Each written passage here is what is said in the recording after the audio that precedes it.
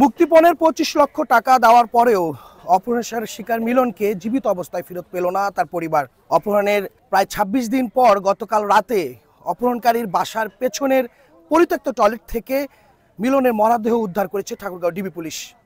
ঘটনাটি সূত্রপাত 22 ফেব্রুয়ারি ঠাকুরগাঁও পলিটেকনিক্যাল কলেজের পেছন থেকে অনলাইনে প্রেমের ফাঁদে ফেলে মিলনকে অপহরণ করে একটি চক্র এবং এই ঘটনার পর থেকেই তারা অপহরণের কারণে মুক্তিপণের প্রায় 25 লক্ষ টাকা চাইতে থাকে মিলনের পরিবারের কাছে। অপহরণের ঘটনার প্রায় 17 দিন পর 9 মার্চ সেই মুক্তিপণের 25 লক্ষ টাকা মিলনের পিতা পাঞ্জাব আলী অপহরণকারীদের দেয় তার সন্তানকে ফিরে পেতে। তবে 9 মার্চ 25 লক্ষ টাকা পেলেও তারপর থেকে অপহরণকারীরা পাঞ্জাব আলীর সাথে কোনো রকমের আর যোগাযোগ রাখেনি এবং এই বিষয় নিয়ে তারা কোনো রকমের কোনো খোঁজ পায়নি। অর্থাৎ মুক্তিপণের 25 লক্ষ টাকা দেওয়ার পরেও সন্তানকে আর ফেরত পায়নি পাঞ্জাব আলী। তার এই মুক্তিপণের 25 লক্ষ টাকা দেওয়ার পর অপহরণকারীর বাসার পেছনে পরিত্যক্ত টয়লেট থেকে সেই অপহরণের শিকার মিলনের মরদেহটি উদ্ধার করে ঠাকুরগাঁও ডিবি পুলিশ।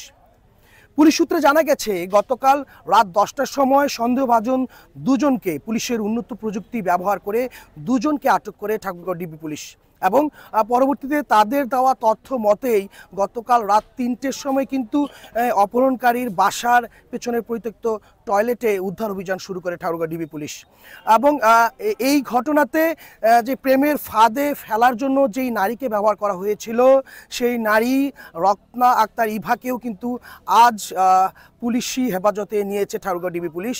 এই পর্যন্ত ঠাকুরগাঁও ডিবি পুলিশের কাছে আসামি গ্রেপ্তার সংখ্যা 3 জন।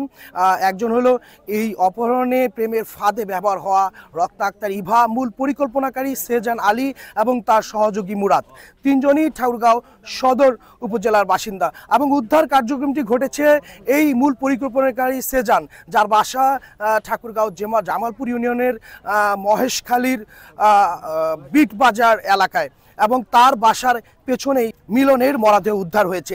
এবং এই ঘটনার পরে কিন্তু বিক্ষুব্ধ জনতা সেজানের বাড়ি ঘর ভাঙচুর করেছে, অগ্নিসংযোগ করেছে, সবকিছু জ্বালিয়ে দিয়েছে। অর্থাৎ কালকের একটি সাজানো গোছানো বাড়ি এখন শুধুমাত্র ধ্বংসস্তূপে পরিণত হয়েছে। বিক্ষুব্ধ জনতা এখনও মিলনের সেজানের যে আসলে পরিবার তার পিতা মাতাকেও খুঁজছে এবং তাদেরকে পেলেও তাদেরকে হত্যা করা হবে এরকম কিন্তু হুমকি দিয়ে আসছে বিক্ষুব্ধ জনতা। অর্থাৎ তারা অনেক ক্ষিপ্ত রয়েছে এবং এই জনগণ মিলনের পরিবার সহ বিভিন্ন ছাত্র সমাজ মিলে কিন্তু আজ ঠাকুরগাঁয়ের চৌরাস্তায় তারা সড়ক অবরোধ করেছে এবং মানববন্ধন করেছে। এতে করে 2-4 ঘন্টা পর্যন্ত ঠাকুরগাঁয়ের প্রধান সড়কগুলো যানজট ছিল এবং যাতায়াত বিঘ্ন ঘটেছে এবং এই ঘটনায় মিলনের পরিবার দোষীদের সর্বোচ্চ শাস্তি চেয়েও জেলা প্রশাসক বরাবর একটি স্মারকলিপি প্রদান করেছে।